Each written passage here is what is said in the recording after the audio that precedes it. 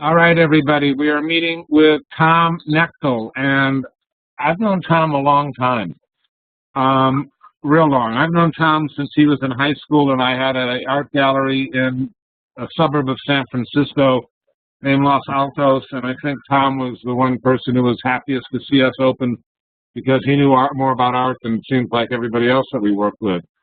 So, Tom, how are you? Good evening.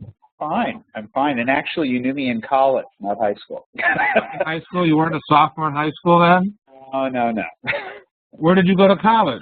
I was at Cal Arts when I met you. I was going to California Institute of the Arts. You don't think it was before that? No, it wasn't. You were around every week, though. I would have greeted you with open arms if it had been before that. But no, I didn't get to meet you until I was at Cal Arts. All right. So, when you grew up, when you were a little guy, did you think you were going to be an artist? Were you always being no? No. I always was creative and I always made things. And my parents were very, very encouraging, but I didn't have any context around me that suggested that one could become an artist. So I thought I would become other things. When I was in high school, I thought I'd be an elementary school teacher. And then I went away to Cal Arts because my grades in high school were so bad that it was the only place I could go. They didn't look at your grades then. They only looked at your work. And I went thinking, well, maybe I'll become an art historian. And actually, it wasn't until I got into grad school. When I got into grad school, that was when I decided I was going to be an artist. So wait a minute. When I had a gallery and started we gave you exhibits, yes. Were you in college or were you out of college? I was out of college, but by the time that we actually started working together, that was when I moved home after grad school, and I was living with my folks and saving money to go to Europe. And that was when I first started working with you. And then the first show that I had with you was after I got back from Europe. And all right, so describe what your work looked like then and describe what it looks like now, and then tell me how it went from A to B.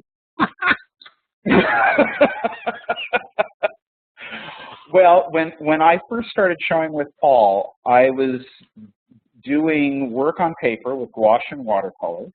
They were relatively small in scale. Paul Brock, who was my teacher at Cal Arts, used to joke I was the only artist he knew who could carry his life work around in his right hand. And they were paintings that were about narratives, about storytelling and sort of fantasizing. They were very romantic, a lot of images of animals, which is still the case with my work. The work over the last several years has been oil paintings, large oil paintings. They tend to be filled with a lot of imagery. I think of the oil paintings as being like, whew, what's going on? Oh, there we are. Okay. Well, there you are. I don't need to explain it. That's a painting called The Walled City. And then there's the paintings, and then the drawings are actually different from the paintings. The drawings tend to be more singular, more focused on one thing. I draw with a variety of media, pastel, ink, silver point, and so forth. Does that answer the question? Yep. How did you get into oil painting when everybody else was leaving painting behind? Well, I got into oil painting because I had been painting with watercolor and gouache for about 14 years. And I really kind of painted myself into the corner. Can I get out of your desktop? There we go. And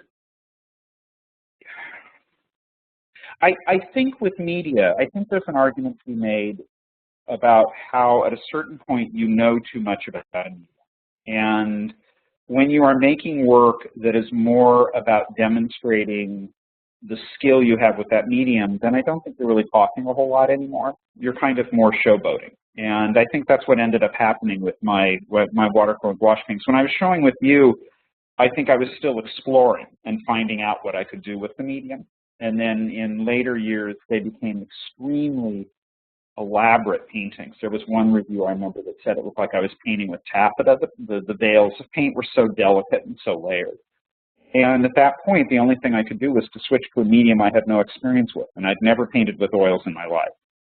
and I needed something I could thrash around with.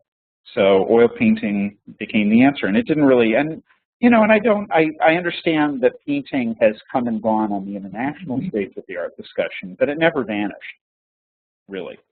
Why do you make art? To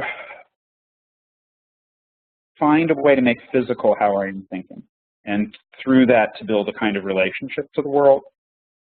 The world. Yeah, I think that's, and I think in one sense, I think that's why I think that goes all the way back to when I was a child. I think that really there's something about physicalizing something, making something in front of you that gives you a way you can kind of see how you think and are that's different than just being inside your head. Can we get really personal here now? Of course, you can get very, very personal with me. Okay, here we go. Okay. Are you successful? You know, my partner, I've been with my partner for 16 years. When I first got together with him, he has a daughter. And so when we first got together, she was about 4. When she was about 6, she began to realize that there were people who knew me because of my work. She began to, you know, we would talk about reviews coming out. I had the show that traveled the U.S. that was about my work. And one day she turned to Bob and she said, "Is Tom famous?" And he said, "Tom has a modest fame." And I like that. I treasure that. I have a modest fame. I kind of hold on to that. I think for me, the key to wondering whether one is successful is if you're 60 years old and you're still going into the studio and you're excited by what you're doing, then you're a success. And the other stuff is all relative. So if you're in your studio being excited, then you're a success. And yes, I'm still excited by what I'm doing in the studio, and I still don't know and I'm still in the process of finding what I'm doing. That's exciting. All right, but now let's go back to when you were 30 or 25. Were you successful then? Well, at 25, I was lucky because at 25, I had my first show with you, and I didn't really realize how fortunate I was. I remember a friend of mine, Arlene Raven, who was an art historian, when I was telling her I had these dealers who were taking care of everything. They photographed my work, they framed my work, they were advertising me nationally, they were selling my work nationally, they were publishing prints by me. We were ignorant. What? We were ignorant. You didn't know any better. And I remember Arlene sort of, you know, looking at me and saying, you know, this is not the way all dealers are. You really have to value this. And I don't think I was young and I was dumb and I didn't value it. What was good was that because I didn't value it then, later when I finally had the good fortune to connect with other good dealers, I really valued them because I realized how rare they were. Yeah, but you skated on the question. So okay, rephrase it. All right, so at various phases and stages of your career, I imagine that you felt successful and then felt like you weren't successful, and that some of the aspirations you set out for yourself weren't or didn't happen, and that others did. So I'm like, I suppose that many artists, when they are in their 20s, want to be artistically and financially independent, right, and would want more acclaim than the average artist. And then at some point over time makes peace with what they've created. And I'm looking for a, you know, an ongoing commentary about that, and you know, how you feel about where you are and how you feel about where you want to be or where you're going, and etc., and how your goals have changed, you know, that whole smear of success and acclimating to it. Okay. I think success means different things at different points in your life. I think when I was younger, success, for instance, and this is just one instance, success, well, first of all, success was something I kind of took for granted.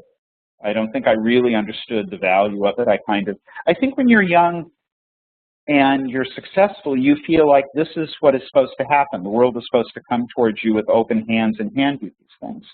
And it takes a while to learn that that's something that you work hard for, and that it also comes and goes. For most artists, attention, let's say attention has been success. Attention comes and goes. And even artists who are very successful will have periods where the world kind of turns away from them because they feel like they know what that worth is.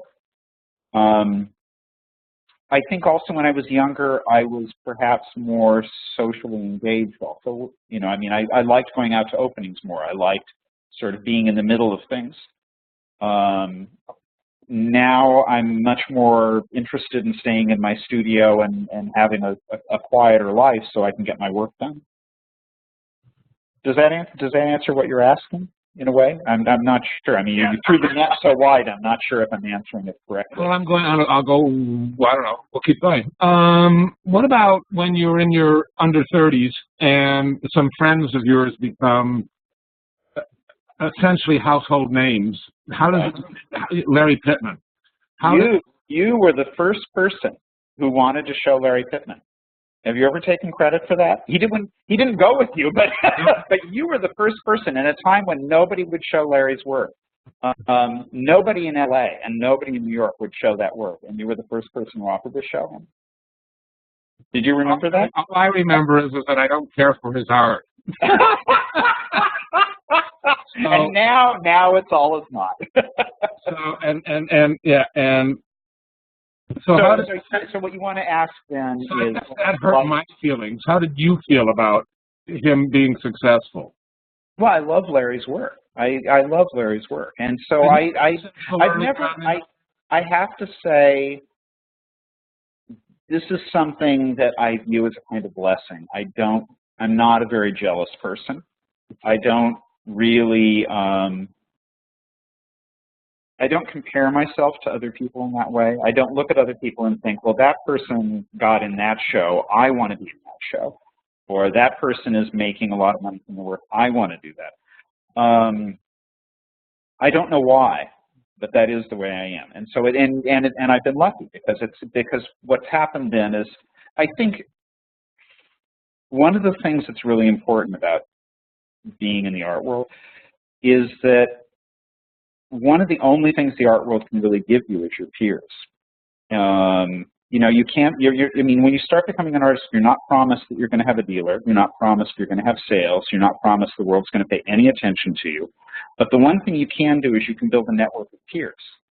And I've always been bemused when I find artists who are so jealous of their peers that they can't really be close to them and can't be friends with them. And I think those kinds of friendships are really key, and they're really important. You really have to nurture them. Now I remember why I like you.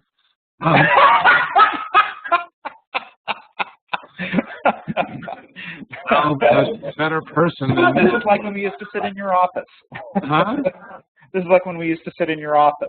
I know.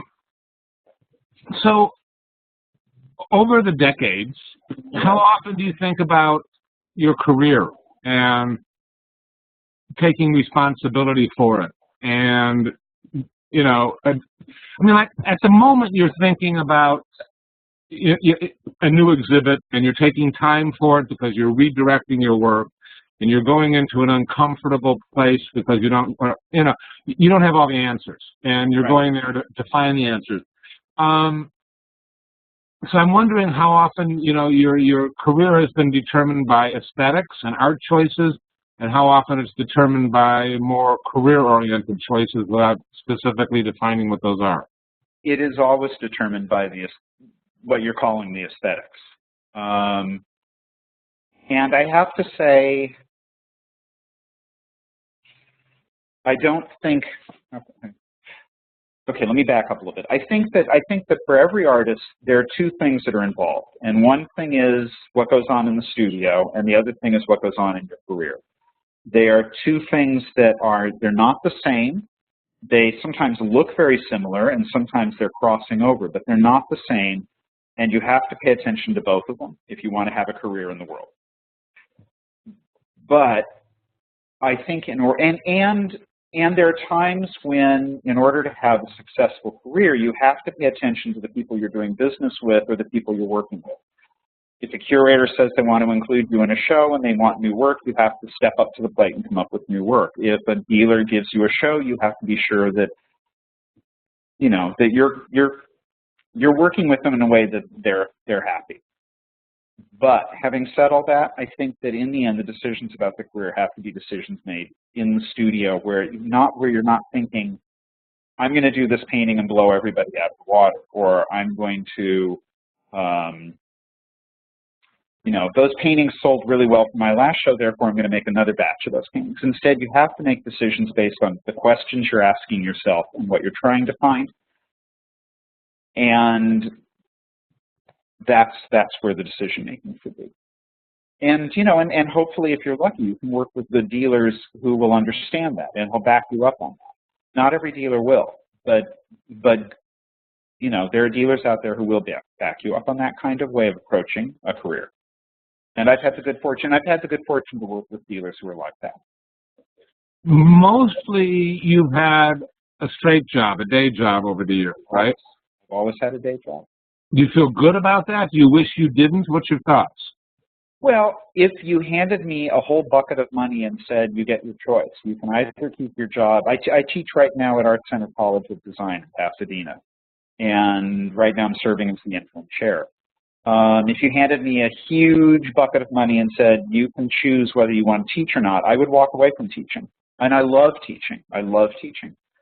But what's most important to me is doing my work, but also what's important to me is that the decisions that are made about my work are decisions, as I said, made about the questions I'm asking myself in the studio. I don't want to be in a position where I think, well, I really have to make another big painting of, you know, like Walled City because that one sold, therefore I better make another one. I want to make decisions in my studio that are just about the studio. And so my jobs, through the years, when I first moved to LA, I worked in newspapers. I worked doing proofreading, and then I worked doing pay stuff, and eventually I moved into advertising design, and I did advertising design for the LA Weekly for 25 years.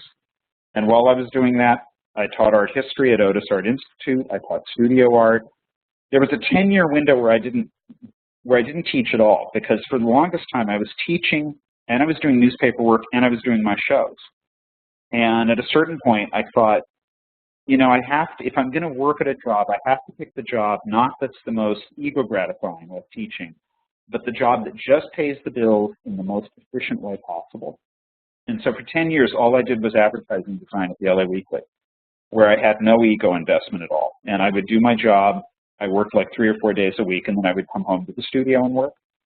And then I started teaching again when we bought a house and they needed to make more money. And eventually I just segued away from advertising and now just do teaching. And I teach, you know, maybe 2 or 3 days a week. And the rest of the time I have for the studio.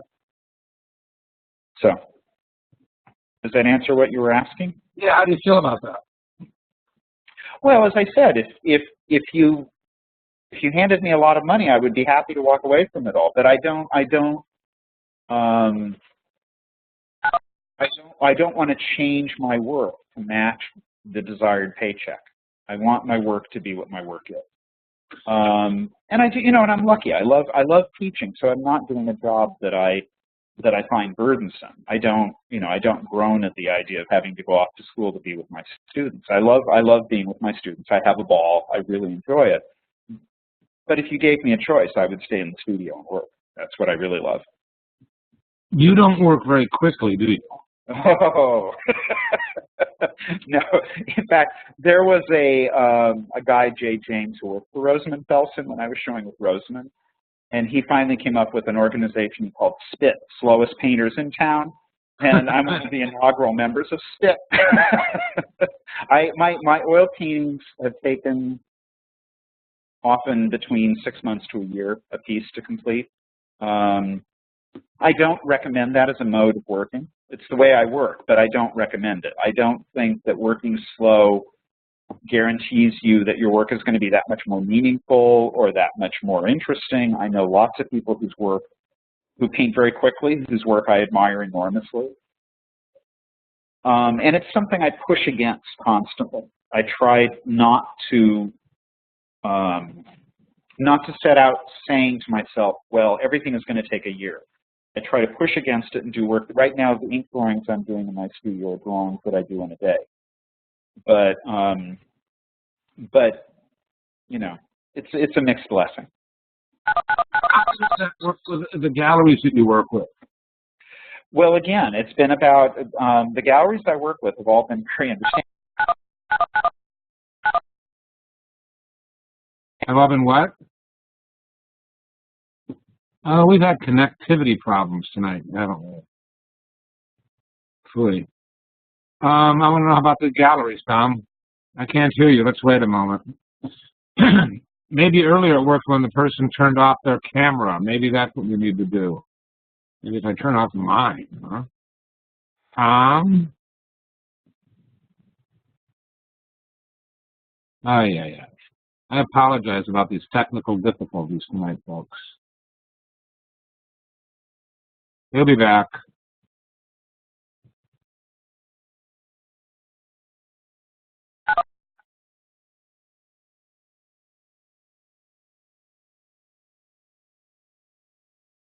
Where's Tom? A couple of people are having problems. All right, I think I will open this up to questions in a moment when Tom gets back, but I hope he comes back shortly. Well,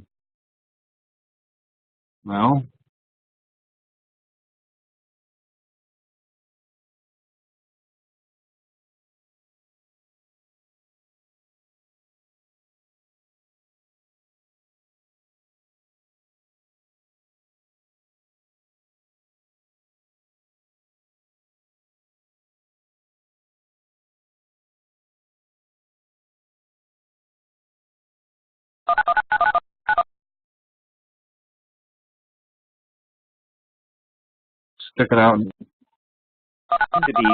It's not an image of you. I can hear you online too. Let's go back.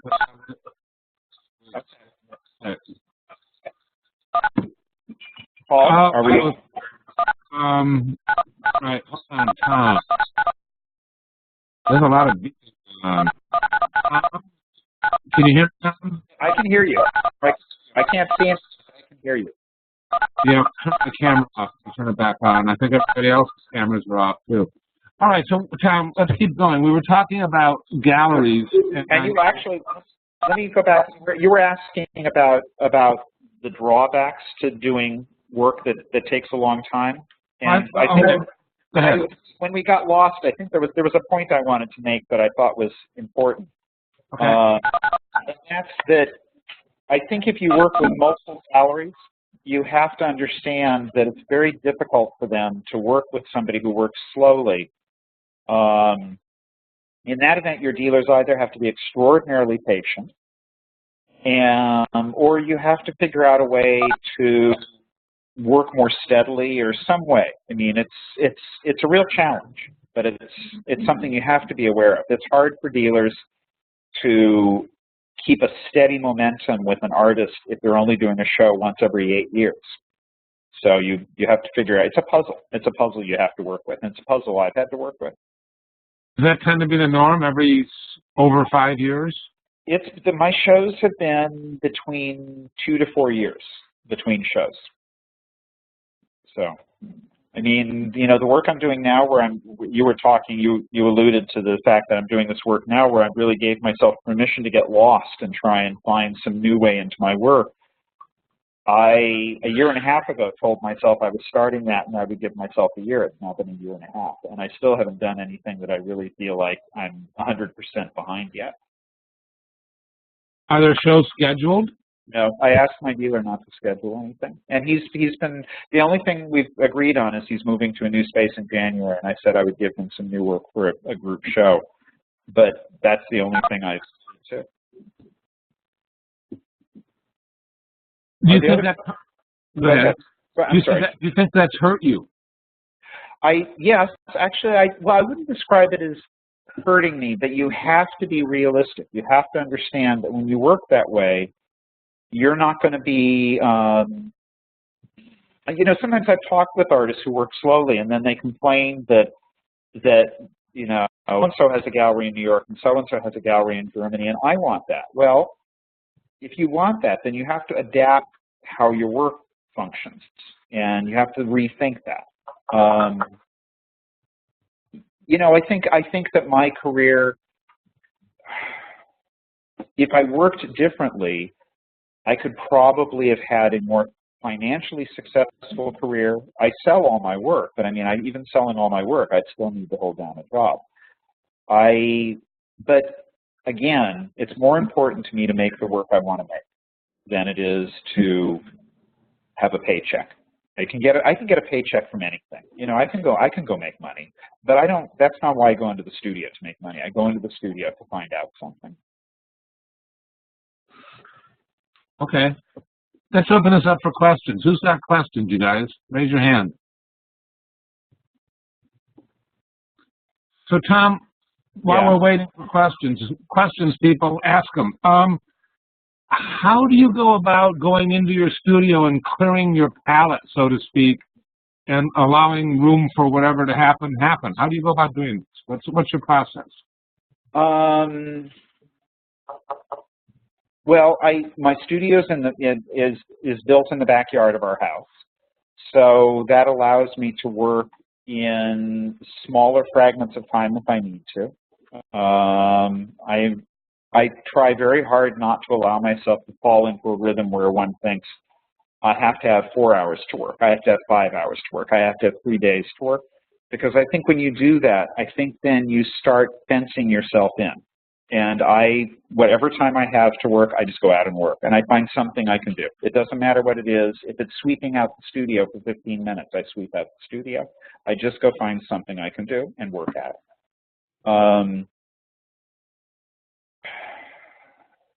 And Are you out there every day? Pardon? How often do you go to the studio? Oh, I'm in the studio every day, you know.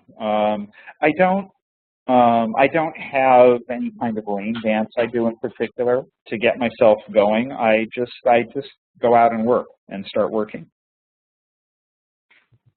And what does this look like? I mean, you're trying to do something different than before. How do you go about consciously doing it different? Huh? That's what it looks like. Thanks so much. Well, I mean, what do you mean? How do you go about doing something different and differently? Oh, that has been a really fascinating process. I'm 60 years old. I've been making art. I've been making art and showing art really since the early 70s.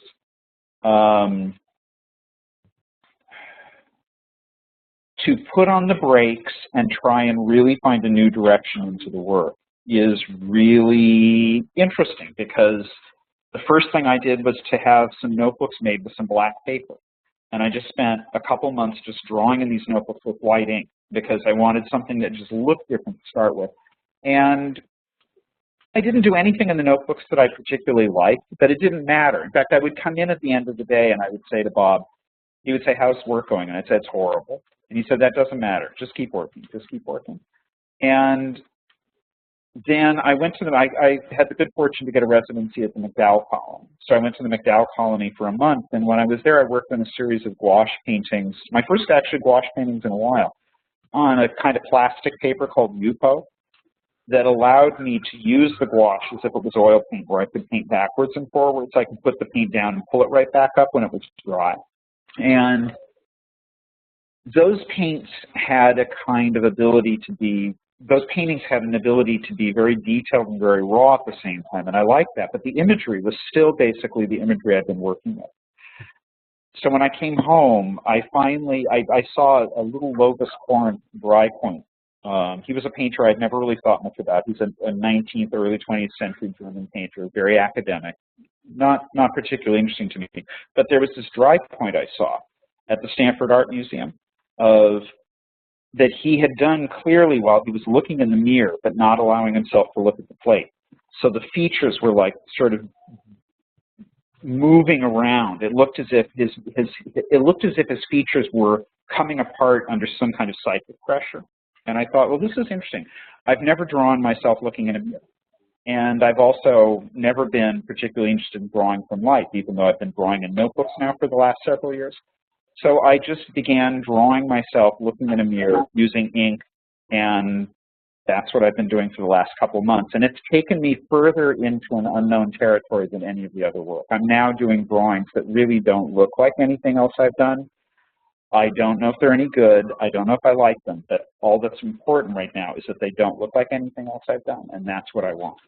And I'm just going to keep at that edge for as long as I can until I start to hit a point where I think, okay, now I can show this work. Okay, cool. So, a question was asked. Does an object sell for more money because it took longer to create? No. No. The only thing that can be said, if you have the good fortune to have somebody selling your work successfully, the fact that it takes a long time to create it and that there's not a lot out there and that everything sells does tend to drive the prices up. So all of my large paintings are owned by other people. Many of them are in museums. So that's helped, but it doesn't, on the other hand, you can't skyrocket your prices up. A good dealer will not skyrocket your prices up into a position that's untenable. You want to keep your prices moving slowly and steadily so that you can handle the ups and downs that are going to be inevitable. So. Right. Michael, you have a question? Go ahead, Michael. Wait a minute. Wait. I'm unmuting you. And Tom's freezing again, I think. No? No? All right, but I still can't unmute Michael. Unmute. Michael, try and unmute yourself to ask your own question. See if you can do it. I can't.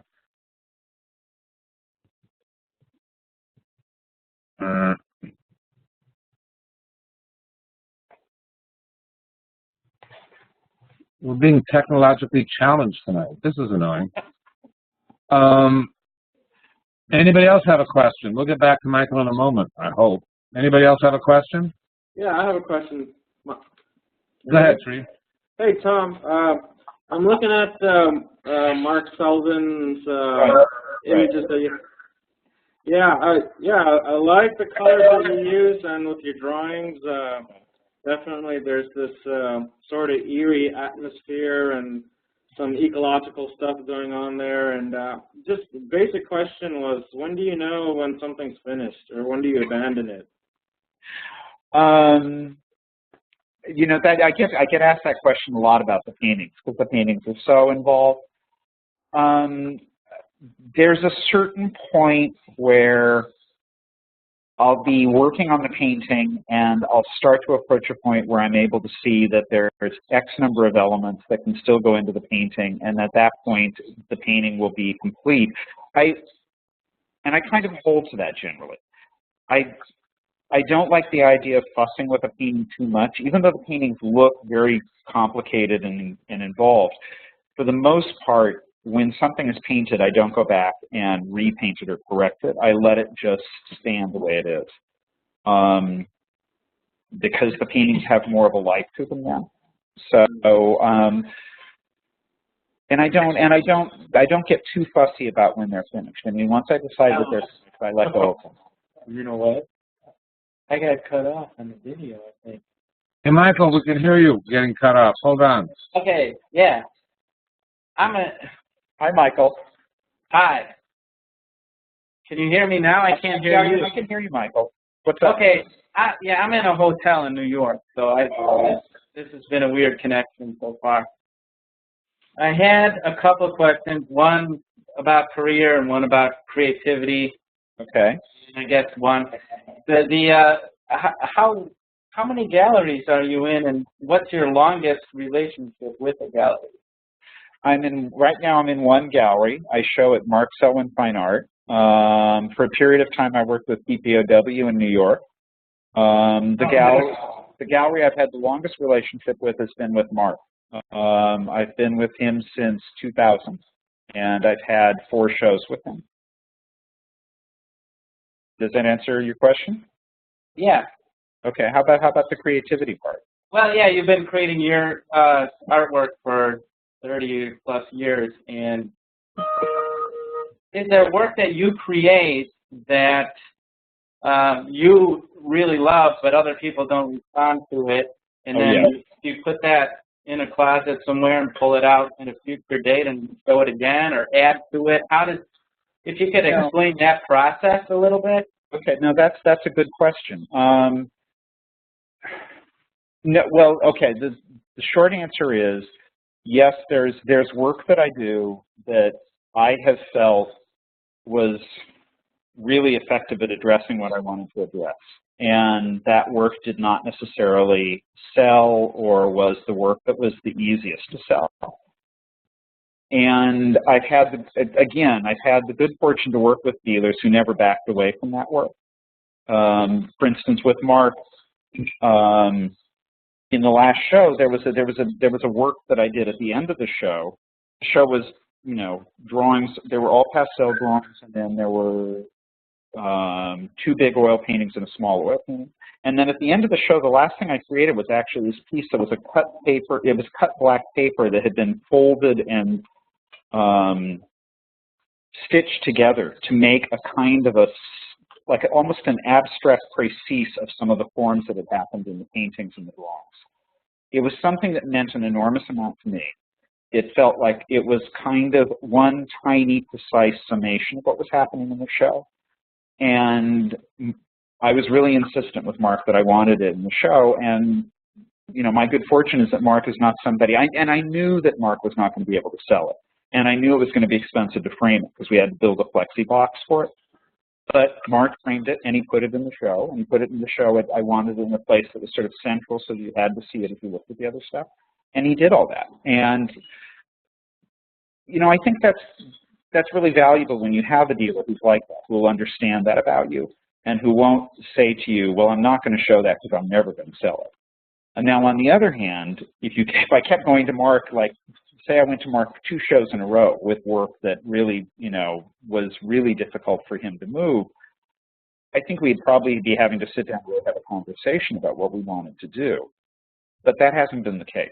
And, you know, with the work I'm doing now, I really took the approach that I told Mark when I was going into this period about reinventing the work, what I was doing, and I told him, and he's come over to the studio a couple times, we've had conversations. He says all the way along, he keeps saying, whenever you're ready to show this work, I'll show this work. And I keep saying, no, I'd like to hold off until I really feel like I've hit something that then I know I'm ready to start showing. Michael, does that answer what you were asking about? Yes, that's good. Okay. Anybody else want to ask a question? I got one, but I'm going off in a different direction. Anybody else? So, Tom, how and why has the art scene in Los Angeles changed since you graduated college? Oh my God, it's so different. Yeah, I mean, I have a theory, but I want to hear yours. Okay, I'm eager to hear yours.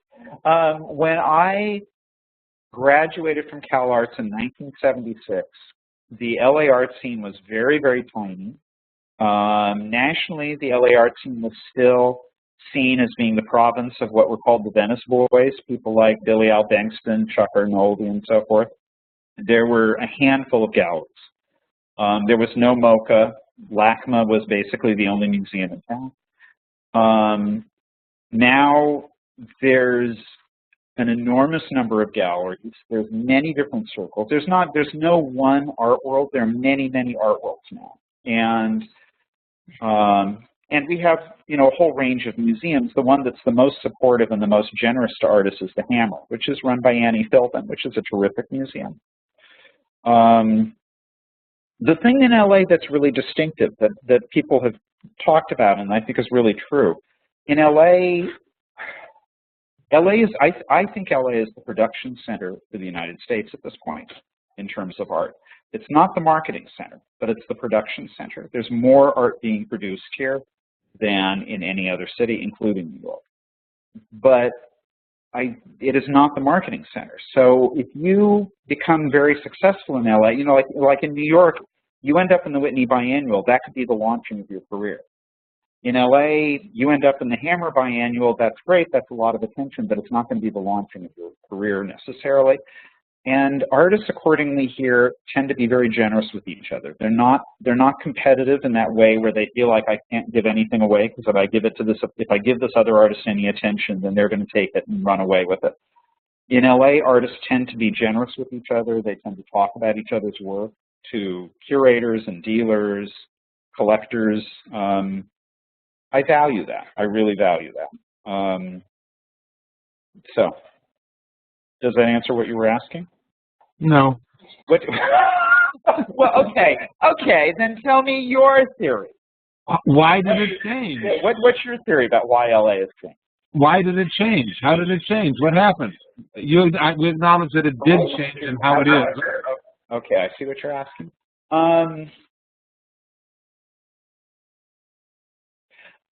I think it took a certain kind of density of people who were willing to put money into the art scene and be interested. In other words, you had MoCA opens in the early 80s, the Hammer opens in the late 80s, and Annie comes on board around 2000, which is when the museum really took off.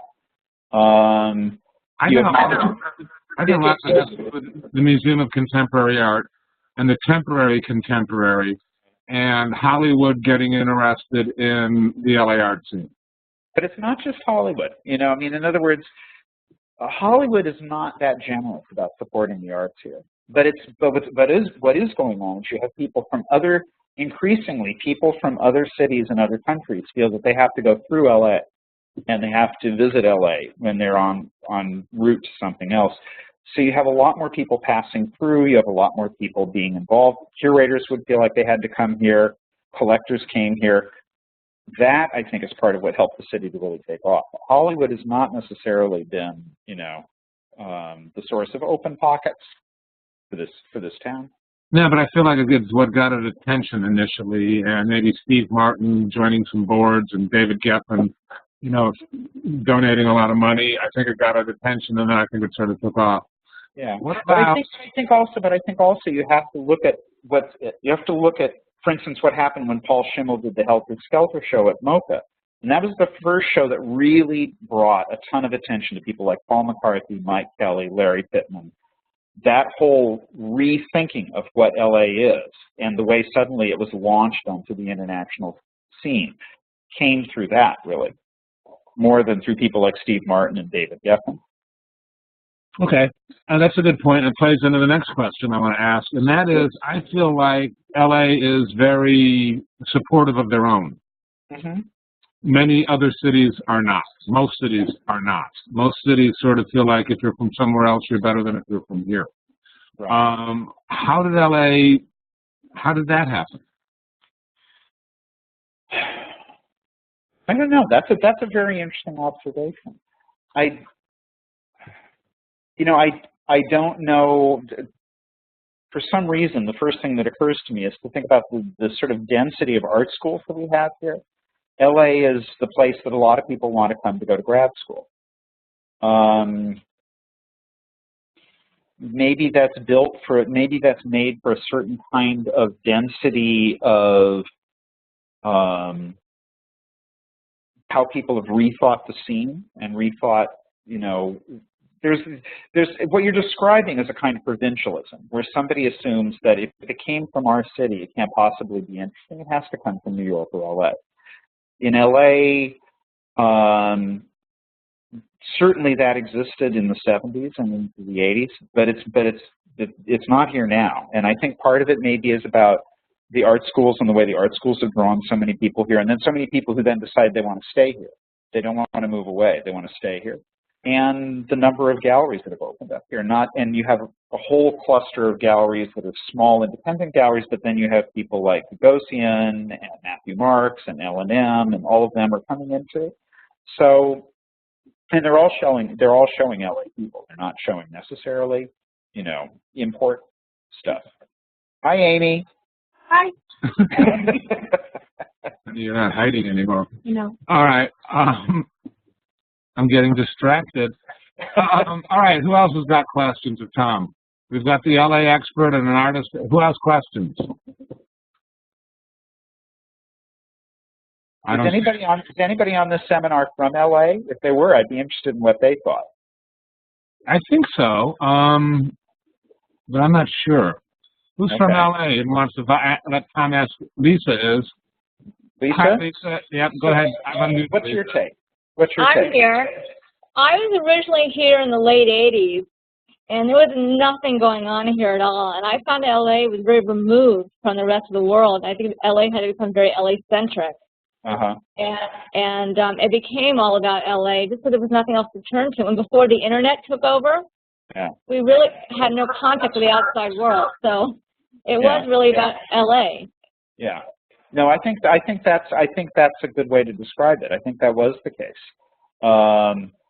But I think part of what moved it out was you had artists who were hungrier and hungrier to engage in a dialogue on a broader scale than what they found in just LA, and those people helped break it open and move it out.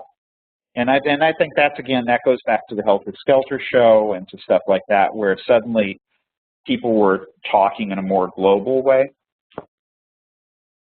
So, are you still in LA, Lisa? Oh yeah, I'm still here. Okay, so how do you see it now? How do you feel about it now? I think LA is very confusing. I'm sorry, I missed the last word. LA is very confusing.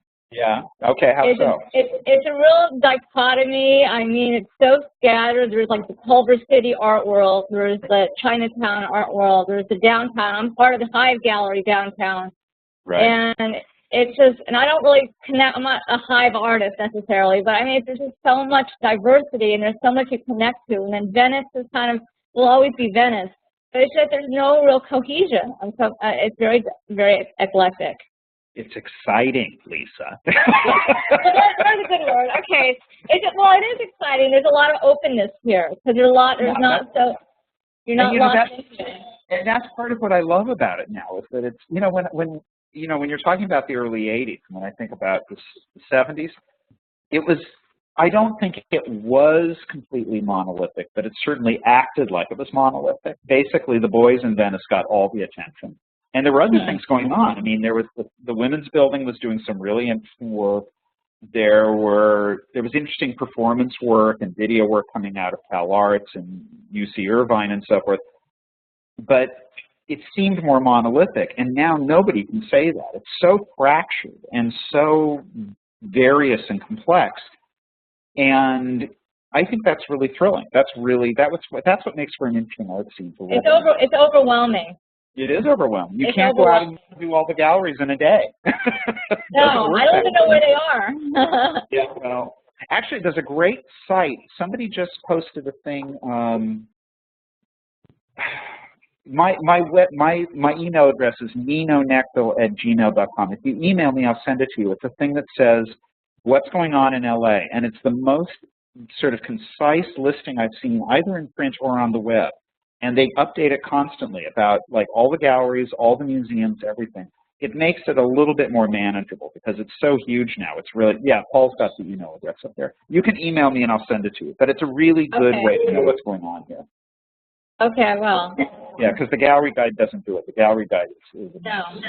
I was with a gallery at Bergamot Station for 5 years, and that was a nightmare. And that was for a while. That was like the center of the art world in LA. Okay, now Lisa, spill it. Which gallery was it? Gray McGear. Oh, okay, right. And yeah, so exactly. And that was, no.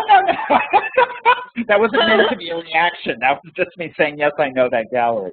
So, and what was your take on that whole thing of being at Bergamot?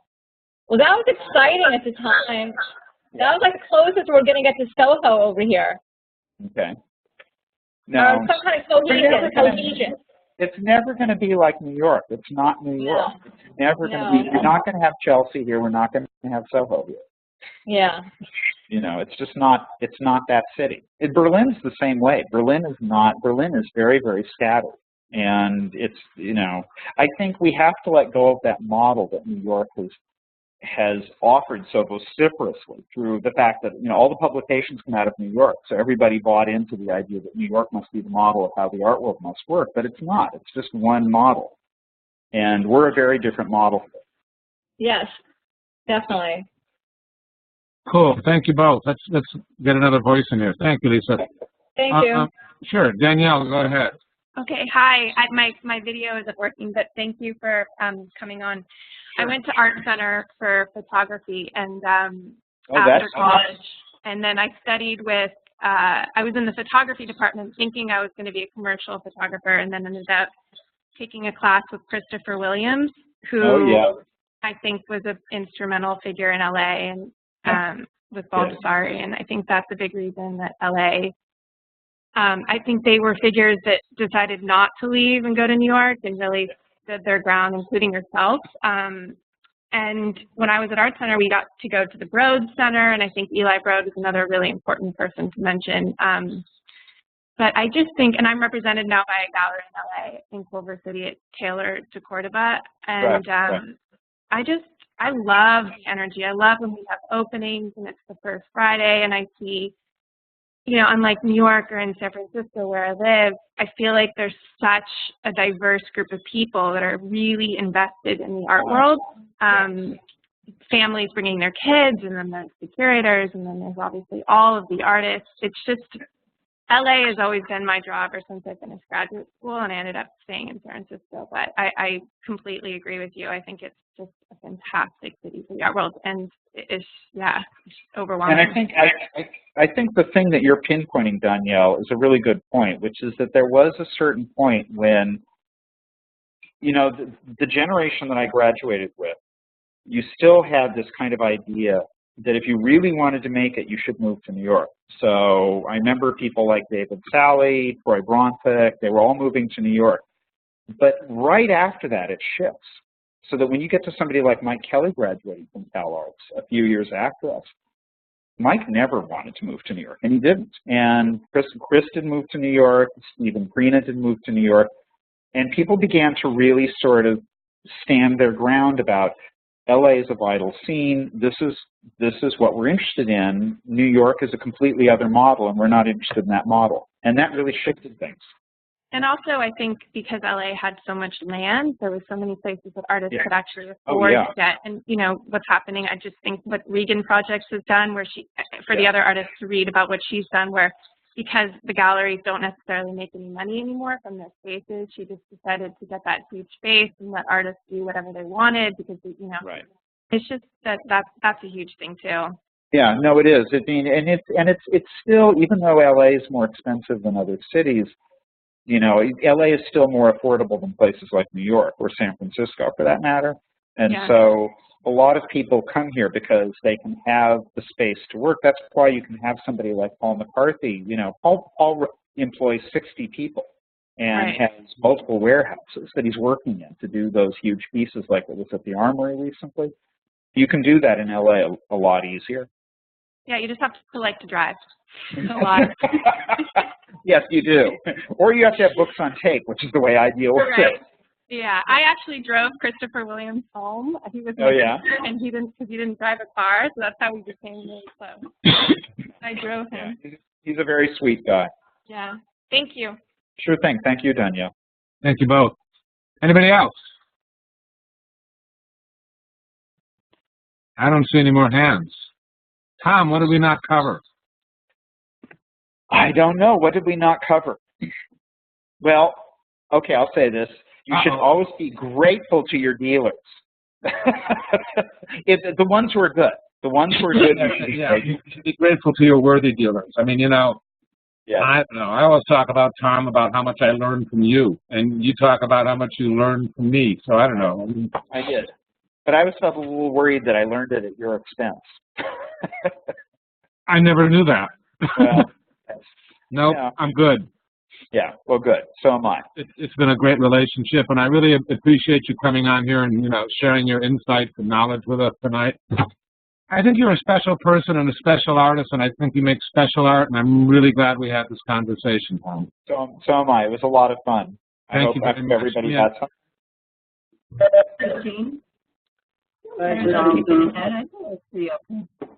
Thanks for sharing. Thanks a lot. It was, no.